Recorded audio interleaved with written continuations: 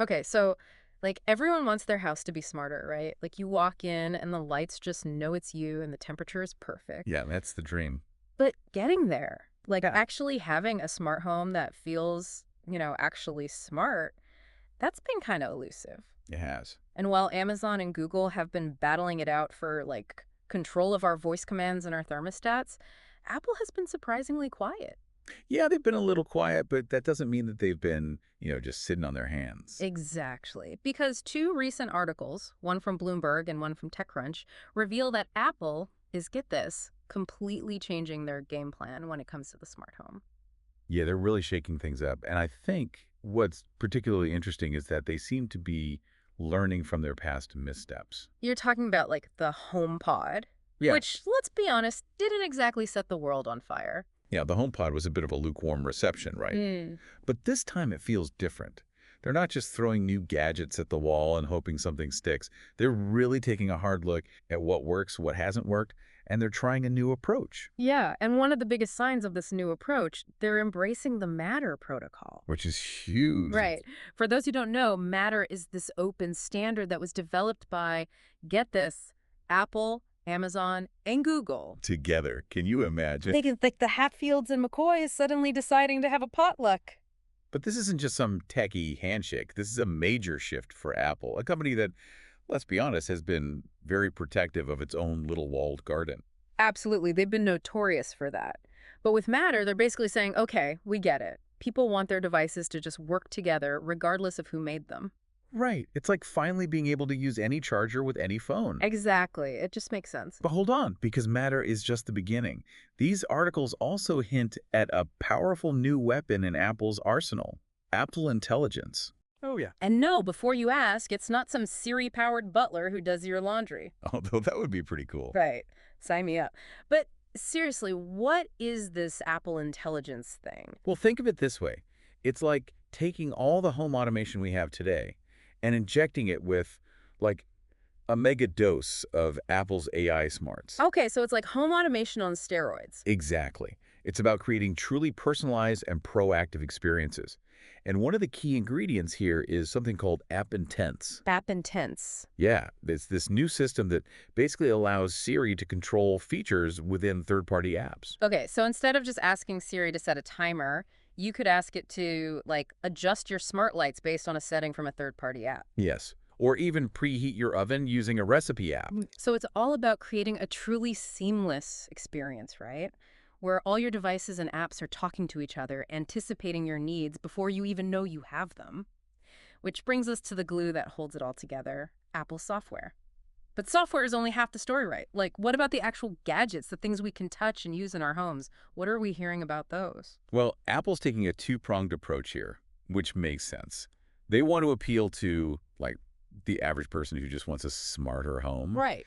but they also want to wow the techies who are always looking for the next big thing. Naturally. So on one hand, you have the affordable smart display. It's been described as iPad-like, Mm-hmm. which, immediately makes you think touchscreen, sleek design, probably runs a similar operating system. Right. So basically, Apple's answer to the Echo Show or the Google Nest Hub, those things are everywhere these days. Exactly. But knowing Apple, they're going to want to differentiate themselves somehow. Of course. How so? Well, sources suggest they're envisioning people having multiple units throughout their homes, almost like a network of these displays. So you could, say, start following a recipe in the kitchen, then walk into the living room, and boom, that same recipe is there on another display. Oh, that's pretty cool. Seamless integration between rooms. Exactly. And maybe it even syncs up with smart lights to, adjust the mood while you're cooking or something. Okay, now you're talking. But let's be honest, the real showstopper here, the thing that everyone's buzzing about, is this high-end robotic device. A robotic what now? I know, right? Sounds crazy. It does sound pretty wild. It's still early days, so the details are a little fuzzy. But picture this, a screen, maybe a pretty big one, mounted on a robotic arm that can move around. Hold on. So not just a static display. This thing can actually move around the room. That's the idea. So you could be on a video call and it follows you around the room, keeping you in the frame. That's both impressive and slightly terrifying. Like, is it going to start watching me when I'm not looking? Well, that's a whole other conversation about privacy and technology. But in terms of practical applications, the articles mention home security as a big one. Okay, so like a security camera that can actually move around and follow suspicious activity. Exactly. It could patrol your home, send you live feeds. It could even be programmed to, like, investigate weird noises or movements. Okay, that's way more advanced than my current security system, which basically involves just hoping for the best. Right. But it shows you how Apple's thinking about this. Mm. They're not just trying to make a better smart display. They're trying to create something fundamentally different. And this kind of thinking, this willingness to experiment, it actually ties into another one of their big bets, mixed reality. You're talking about the Vision Pro. That thing's like a whole other deep dive waiting to happen. It is, but it's all connected. Remember that TechCrunch article we talked about? The one about Apple releasing a cheaper Vision headset in 2025? Yeah, the one that's only going to cost 2 grand.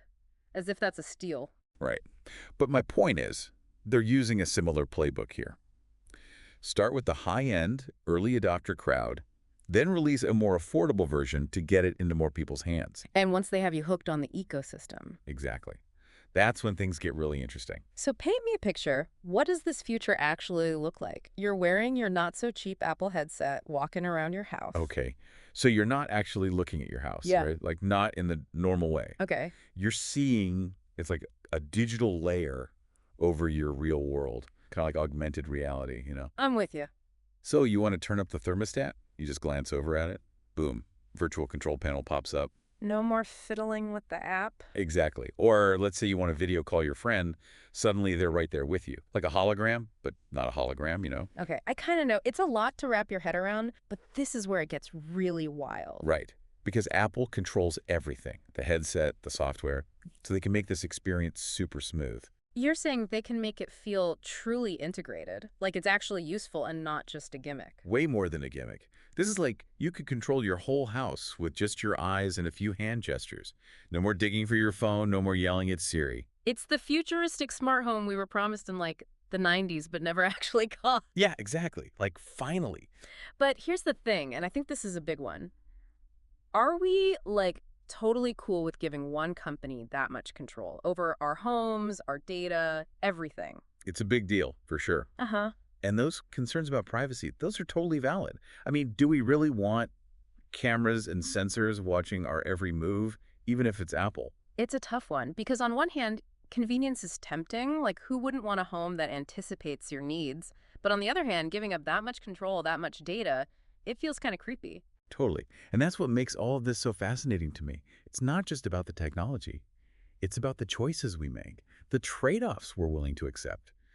Do we want a future where our homes are super smart, but maybe we give up some privacy for it? It's like a real-life ethical dilemma, one that we're all going to have to grapple with sooner than we think. Right. Because this technology, it's coming whether we're ready or not. And these articles, they're just a glimpse of what might be coming down the pipeline. Apple's clearly making big moves in the smart home space, and whether they succeed or fail, it's going to have a ripple effect on all of us. No doubt. This is bigger than just Apple. Exactly. So the question for all of you listening is, what kind of future do you want? And are you paying attention to how these companies are building it? It's time to start asking those tough questions, right? Absolutely. Well, on that note, that's our deep dive into Apple's not-so-secret smart home ambitions. Until next time, keep questioning, keep exploring, and as always, thanks for listening.